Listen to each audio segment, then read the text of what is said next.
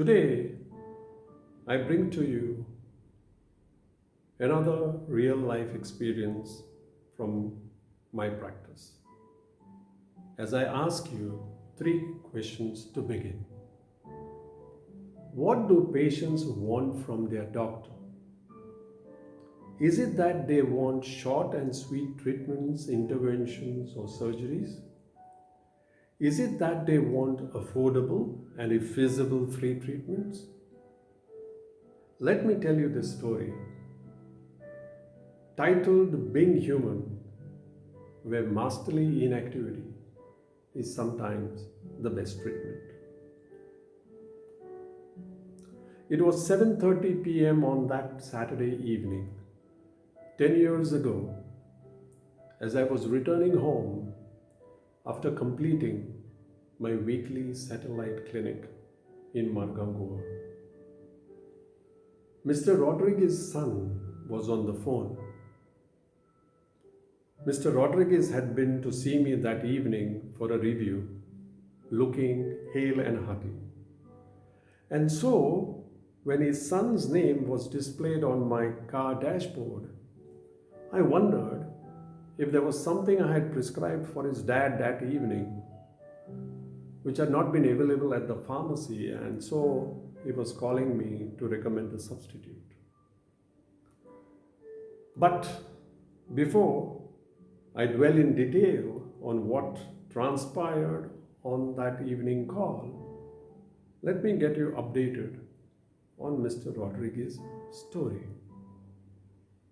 Mr. Rodriguez, at 80 years of age, had been diagnosed with a calcified juxtarenal abdominal aortic aneurysm and had been referred to me for surgery for the same approximately 3 years prior to that call. He had weighed 50 kilos on a 5 foot 11 inch frame at that time. He had uncontrolled hypertension and an uncontrolled diabetes for company. And if things weren't enough, he was a bronchial asthmatic as well.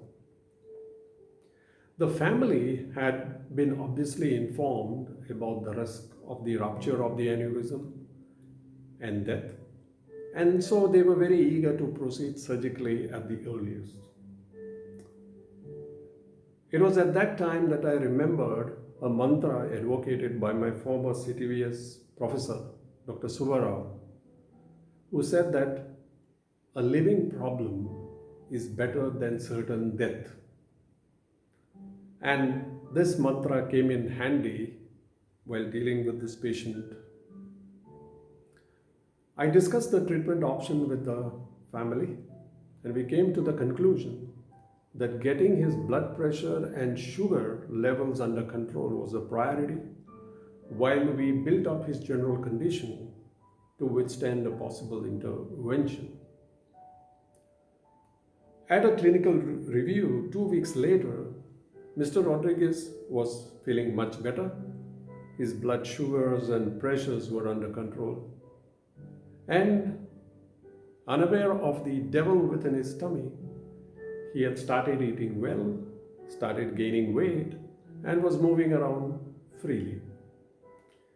The family was happy, and in the changed clinical scenario, very keen that we follow a more conservative approach. After all, a surgery for an abdominal aortic aneurysm at that location in a 80-year-old with plenty of comorbidities for company was not going to be a cakewalk. And with the circumferentially calcified aneurysmal wall, I knew it was not going to rupture easily either. So we worked on a strategy of ensuring that Mr. Rodriguez avoided any strenuous activity and had his medications and follow-ups regularly. 3 years had passed for someone not given 3 weeks to live by the referring hospital.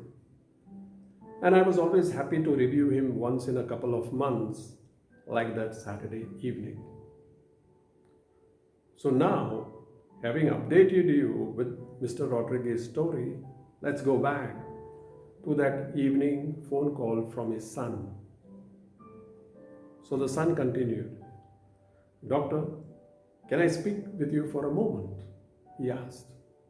I said, "Son, please proceed." So he continued, "Doctor, I am just calling to inform you that after consulting you, we went to a park for a walk and then we drove home. At the park and on the drive back home, my father kept telling me that he has to thank you for the 3 happiest years of his life.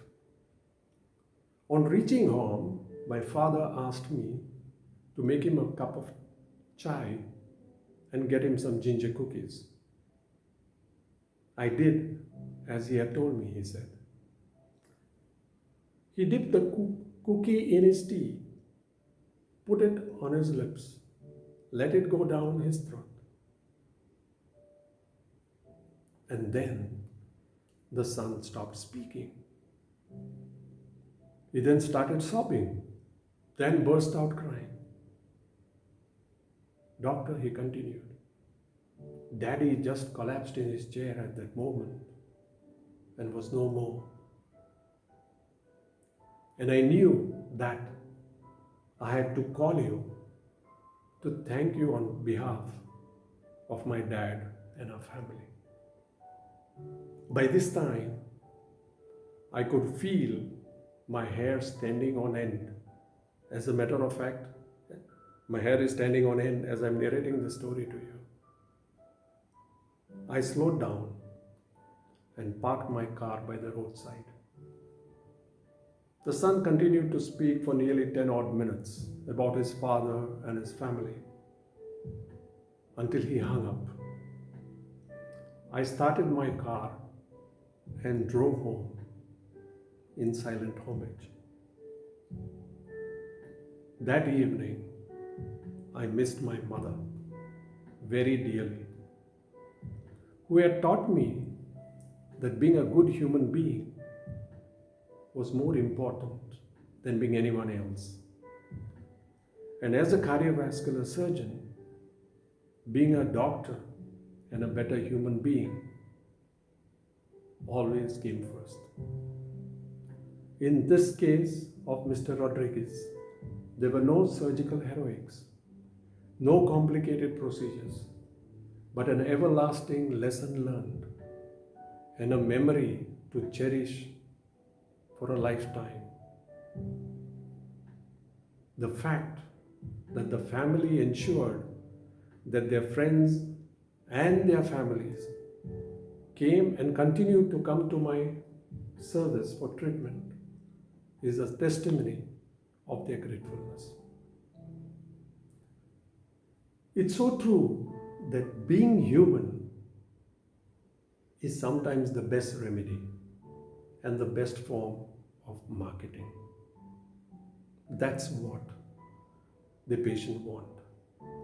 After all, patients expect their doctor to walk the talk with them. I'm glad to have passed on this learning to you. God bless you. Take care.